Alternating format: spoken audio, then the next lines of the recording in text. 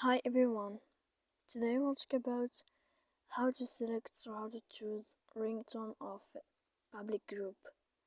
To know how to select or how to choose ringtone of public group, you should just go to the app of Imo as you see and you will click.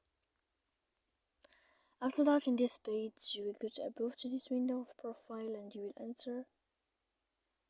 Then in this list, we click settings. Here in this page, you'll enter to notifications. After that, in this page, we click public group. And then in this list, we click ringtone. Then as you see here in this list, you can choose or select any ringtone of public group as you see here in this list. So please don't forget to support us by like and subscribe. See you next time in another video.